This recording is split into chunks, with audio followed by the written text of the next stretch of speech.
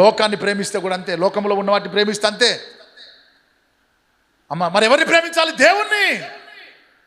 వీడికి వచ్చేవాడు, బయటికి వెళ్ళేవాడు ఆ మాటలు వినాలి, దేవుని మాటలు వినాలి, ఆశీర్వదించబడతాడు వాడు. హల్లెలూయా. ఇంకో మాట చెప్పి ముగిస్తా. యాకోబు పత్రిక 4వ అధ్యాయం 4వ వచనం. యాకోబు పత్రిక 4వ అధ్యాయము 4వ వచనము. హల్లెలూయా. దేవునికి స్తోత్రం. వ్యభిచారులారా, ఈ లోక స్నేహము దేవునితో వైరమని మీరు ఎరగరా. లోక స్నేహము దేవునికి వైరము. ఇష్టపడడు దేవుడు, అస్సలే ఇష్టపడడు లోకముని, లోకాశలను. మనం ఈరోజు చంపేయాలి. దేవునికి విరుద్ధంగా ఉన్నది ఏది కూడా మనలో ఉండద్దు. హల్లెలూయా. అందుకే అంటాడు ఇక్కడ, నా సహోదరులారా, జీవము కలిగిన దేవుడిని విడిచిపోవునట్టి విశ్వాసము లేని దుష్ట హృదయము ఎవరి యందైనా ఉన్నదేమో అని ఒక్కసారి మీరు జ్ఞాపకం చేసుకోండి. జాగ్రత్తగా జ్ఞాపకం చేసుకోండి, జ్ఞాపకం చేసుకోండి, జాగ్రత్తగా ఉండండి. హల్లెలూయా. ఇలాంటి వాళ్ళు ఎవరంటే మళ్ళీ యేసు ప్రభుని మళ్ళీ రెండోసారి మీరు సిలువ వేసేవారుగా ఉన్నారు. మరి ఎలా ఉండాలి? అమ్మ వాక్యం విన్నప్పుడు నేనైతే నిజంగా కూడా నాలో ఏమైనా నెగిటివ్స్ వస్తున్నాయి అనుకో, దేవుడు నాతో మాట్లాడుతున్నాను అనుకో, కన్నీరు వచ్చేది, నాకు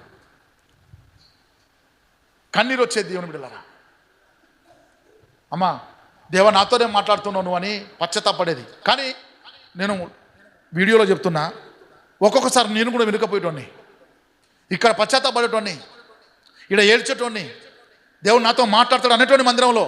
కానీ మళ్ళీ నేను కూడా మీ లెక్కనే ఇదిలు ఇచ్చేటోని బయటికి పోయినాక. కానీ దానివల్ల చాలా ప్రతికూలతమైన పరిణామాలు ఎదుర్కొన్నా నేను, ప్రతికూలతమైన ఇబ్బందులు ఎదుర్కొన్నా నేను.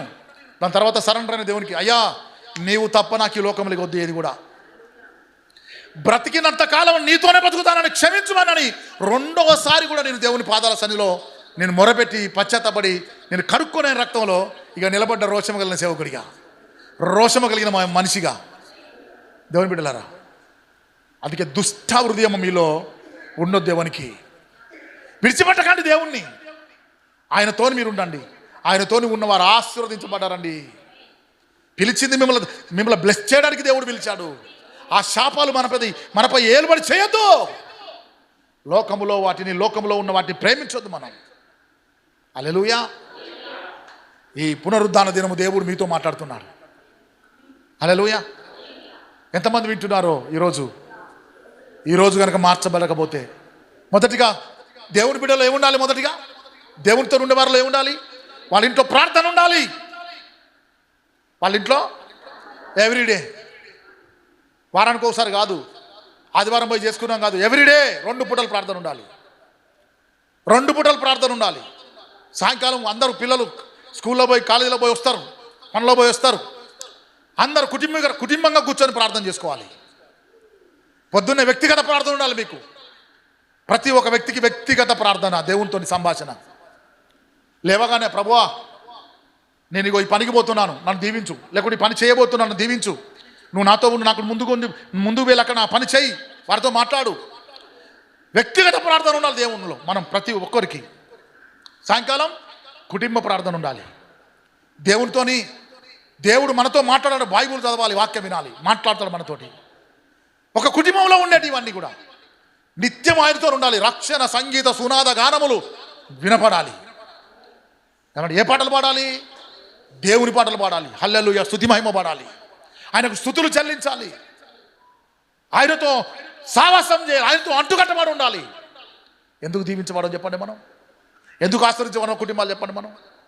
ఏమంటే అప్పుడు ఒక్కడు 1000 మందికి సమానం. ఒక్కడు 1000 మందికి సమానం.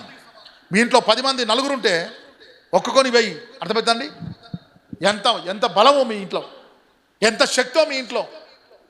అపవాది గారికి చోటు దొరకదు మీ ఇంట్లో, చోటు దొరకదు మీ ఇంట్లో.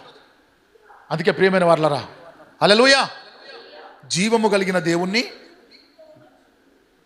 విడిచిపోయేటటువంటి విశ్వాసము లేని దుష్ట హృదయము మీలో ఎవని యందైనా ఉన్నదేమో అని ఇప్పుడు నుంచి అయినా కానీ మీరు జాగ్రత్త పడండి. దేవుడు మీకు ఇచ్చే అవకాశం, ఈ లాస్ట్ ఒక మాట ఏందో తెలుసా?